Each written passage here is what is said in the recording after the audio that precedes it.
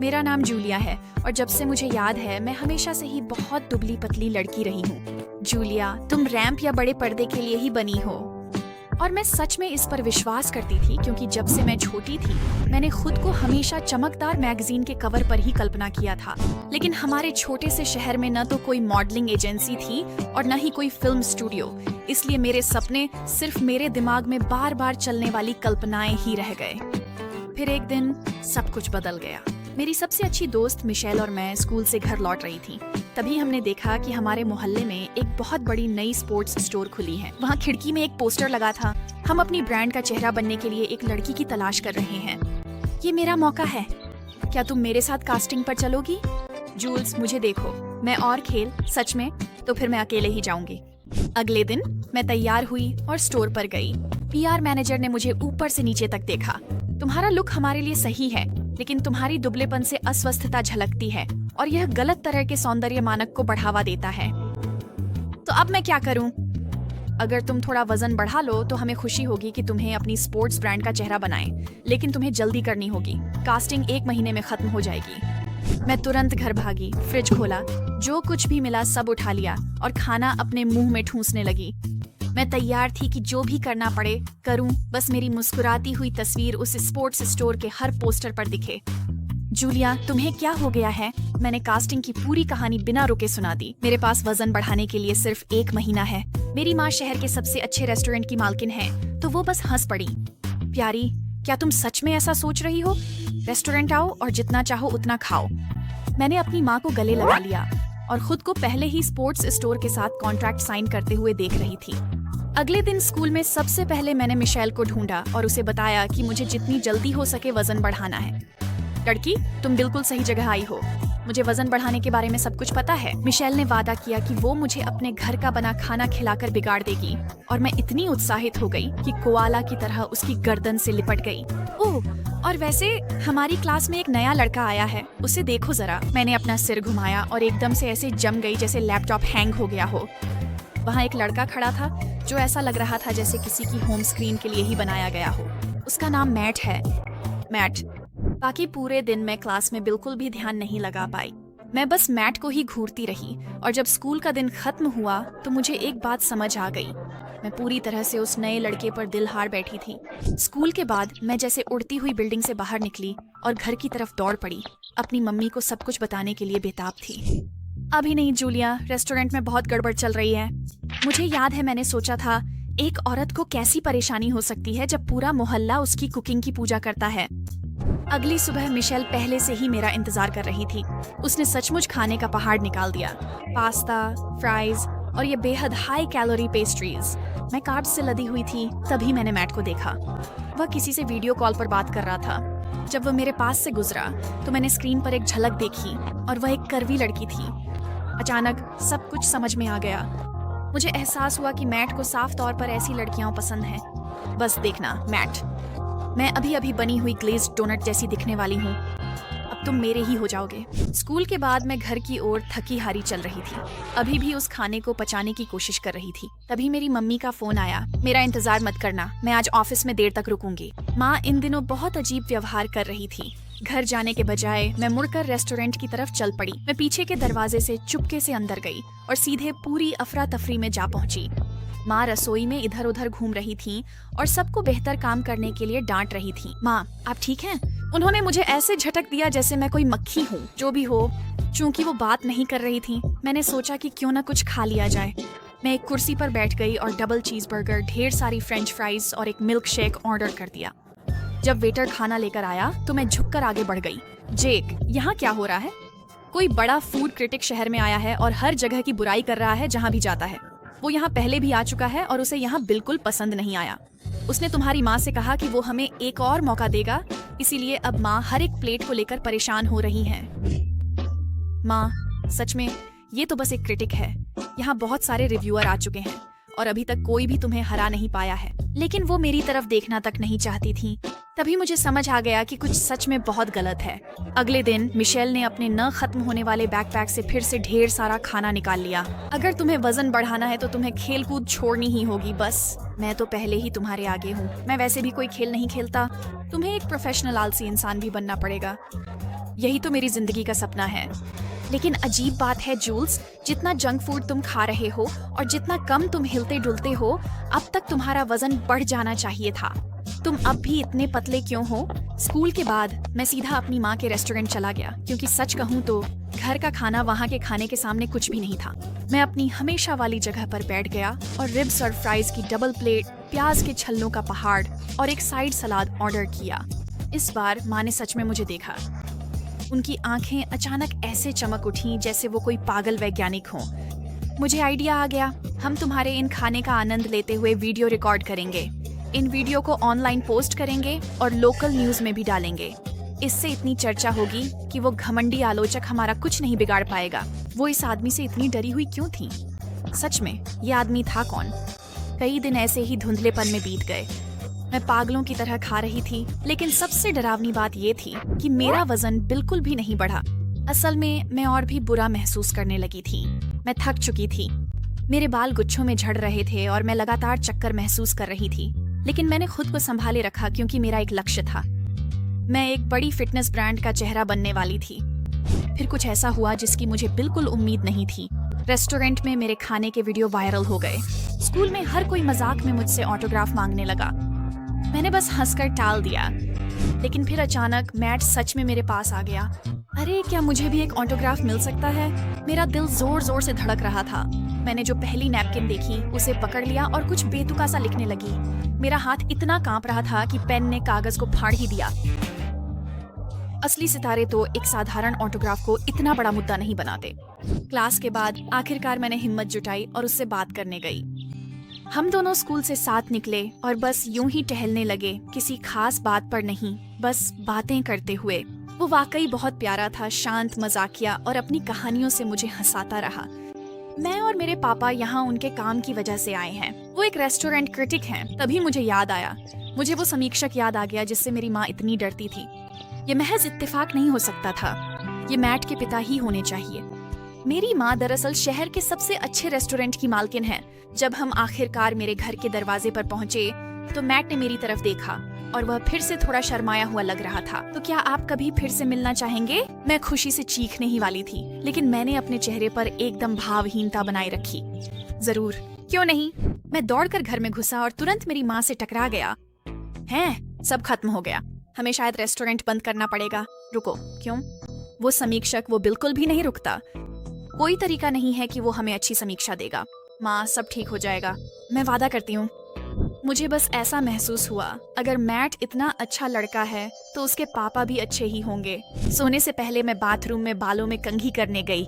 मैंने एक बार कंघी चलाई और एक बड़ा सा गुच्छा मेरे कंधों पर गिर गया।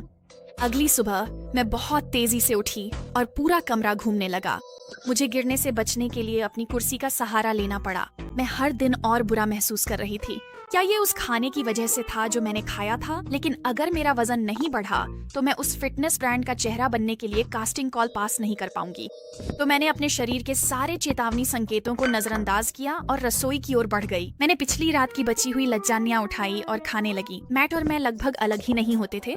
हम क्लास के बीच में एक दूसरे से मिलते और वह स्कूल के बाद मेरा इंतजार करता ताकि हम साथ घर जा सकें और हर बात या बेवजह की बातें कर सकें।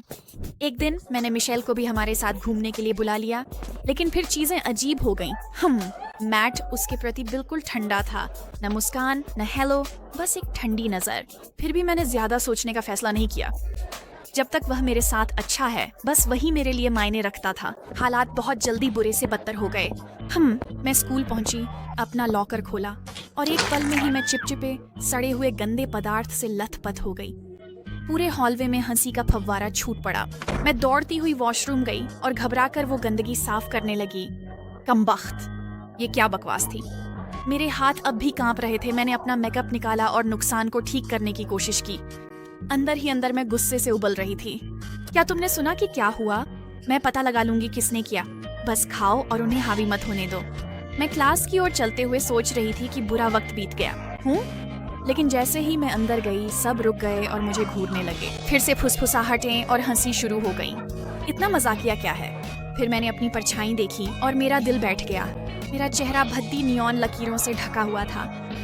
मैं किसी हॉरर फिल्म के जोकर जैसी लग रही थी। मैं भागकर फिर से बाथरूम गई और अपने मेकअप को ध्यान से देखा।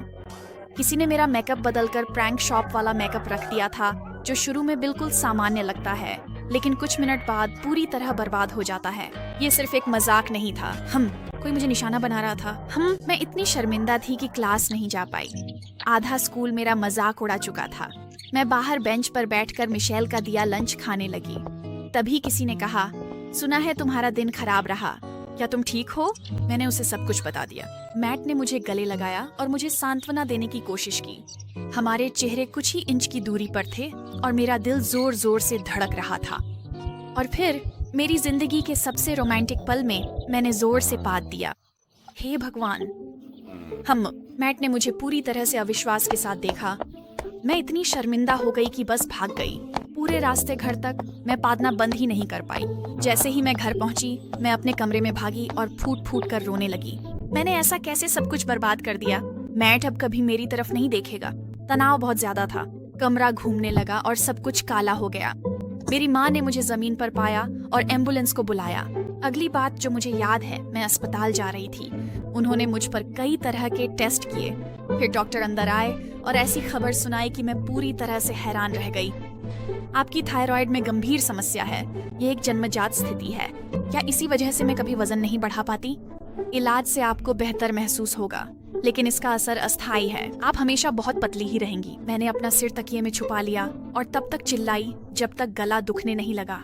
अब मैं कभी भी कास्टिंग कॉल पास नहीं कर पाऊंगी।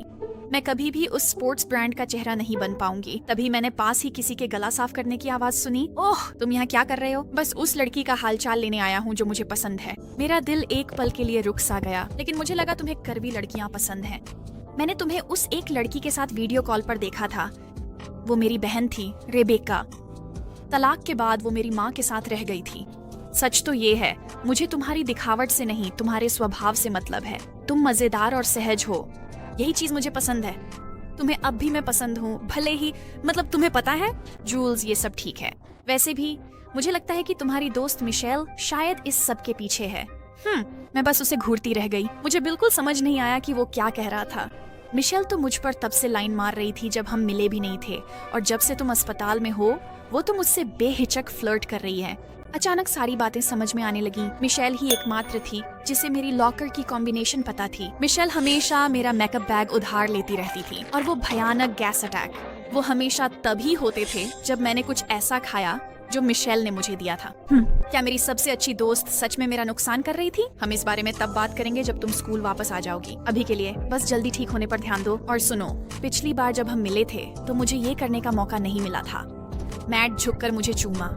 मैं बस वहाँ लेटी रही, आंखें छत पर टिकी थीं। ऐसा लग रहा था जैसे मैं पूरी तरह टूट चुकी हूँ। मेरा दिमाग तेजी से चल रहा था। एक गंभीर बीमारी, मेरी कास्टिंग कॉल के सपने चकनाचूर हो गए थे, और ऊपर से मेरी सबसे अच्छी दोस्त पूरी तरह से गद्दार निकली। मैंने एक गहरी सांस छोड़ी और तभी मैंने एक आवाज सुनी, इतना उदास क्यों हो बेटा? मैंने देखा कि मेरे बगल वाले बिस्तर पर एक महिला थी। हमने बातचीत शुरू कर दी। उसका नाम ईवा था। पूरी तरह से कमजोर पड़ने के एक पल में मैंने अपना दिल उसके सामने खोल दिया। तुम इन्हें परेशानियां कहती हो? तुम इस बीमारी को हरा सकती हो। तुम्हें और अच्छे दोस्त मिलेंगे, और जहाँ तक कास्टिंग की बात है उसमें मैं मदद कर सकती हूँ, क्योंकि वह स्पोर्ट्स ब्रांड मेरी ही है। तुम मजाक कर रही हो। मैं खुद को थकावट के कारण अस्पताल के बिस्तर तक ले आई। फिर मेरी मुलाकात एक लड़की से हुई जो मेरे ब्रांड का चेहरा बनने का सपना देख रही है। शायद ये किस्मत है। ईवा ने मेरी ओर अपना हाथ बढ़ाया। हम हर तरह की लड़कियों का प्रतिनिधित्व करना चाहते हैं। ये नौकरी तुम्हारी समझो। जैसे ही तुम यहाँ से बाहर आओ, आकर कॉन्ट्रैक्ट साइन कर लो। मैंने उसका हाथ मिलाया। अपनी किस्मत पर यकीन ही नहीं हो रहा था। कुछ दिन बाद मैं आखिरकार घर आ गई थी। मैंने माँ को बताया कि मेरा सपना सच हो गया। मैं खुश हूँ बेटा, पर मुझे तुम्हारी सेहत की चिंता है। मैंने मैट को फोन कर खबर दी कि मैं उस स्पोर्ट्स ब्रांड का नया चेहरा बन गई हूँ। मेरी माँ के रेस्टोरेंट में जश्न मनाएंगे। मैट तुरंत मान गया। उस शाम मैट मेरा इंतजार कर रहा था और हम हाथ थामे एक दूसरे को देख रहे थे। हम बहुत खुश थे। मुझे लग रहा था कि अब हमें कोई भी चीज अलग नहीं कर सकती। लेकिन तभी एक आदमी तेज तर्रार सूट में अंदर आया। जूलिया, मैं चाहता हूँ कि तुम मेरे पापा से मिलो। ठीक उसी समय मेरी माँ बाहर आ गई। और ये मेरी माँ है। अचानक मैट के पिता गुस्सा हो गए। मैं इसे 0 स्टार दूंगा। तुम हमेशा से छोटे दिल के और बदला लेने वाले रहे हो। मुझे समझ नहीं आया कि क्या हो रहा है। यहाँ दोबारा मत आना। तुम आलोचक नहीं, एक मजाक हो। उस रात माँ ने बताया कि मैट के पिता उनके पुराने क्लासमेट थे। वे डेट भी कर चुके थे, पर उसका बुरा स्वभाव देख माँ ने उसे छोड़ दिया। वह हाल ही में लौटा था और माँ का रेस्टोरेंट देख अपने पद के जरिए बदला लेना चाहता था। मैं नहीं चाहती कि तुम मैट से मिलो। अगले दिन स्कूल में मिशेल ने मुझे घेर लिया, एक बार फिर मेरी सबसे अच्छी दोस्त बनने का नाटक करते हुए। कोई जरूरत नहीं, मुझे मैट के बारे में और उन सारी गंदी बातों के बारे में सब पता है जो तुम मेरी पीठ पीछे करती रही हो। मैंने अपनी पूरी जिंदगी वजन कम करने की कोशिश में बिता दी और तुम्हारा 1 भी किलो नहीं बढ़ा। तुम्हें पता है इससे मुझे कितनी तकलीफ होती है। यह एक बीमारी है मिशेल, इसमें कुछ भी अच्छा नहीं है। मुझसे अब कभी बात मत करना। बाद में मैंने मैट को ढूंढा। उसने कहा पापा ने उसे मुझसे दूर रहने बोला था, पर उसने सामना कर मना किया। कुछ दिन बाद मैं पहले बिलबोर्ड शूट के लिए तैयार थी। फिर अचानक मम्मी ने मुझे बताया कि हम लोग शिफ्ट हो रहे हैं। क्या ये मजाक है? नहीं, मैं दूसरे राज्य के एक टॉप क्लिनिक से संपर्क में थी। डॉक्टरों को पूरा भरोसा है कि वे तुम्हें ठीक कर सकते हैं, लेकिन आपके रेस्टोरेंट का क्या? तुम्हारी सेहत पैसे से ज्यादा जरूरी है। मैंने बिजनेस बेच दिया और बस यही था। मुझे ब्रांड डील छोड़नी पड़ी और मैट को अलविदा कहना पड़ा। मुझे पता है कि सेहत जरूरी है, लेकिन बाकी सब कुछ दांव पर है। मेरा सपना, मेरा बॉयफ्रेंड, मेरा पूरा भविष्य। आपके हिसाब से सबसे ज्यादा क्या मायने रखता है?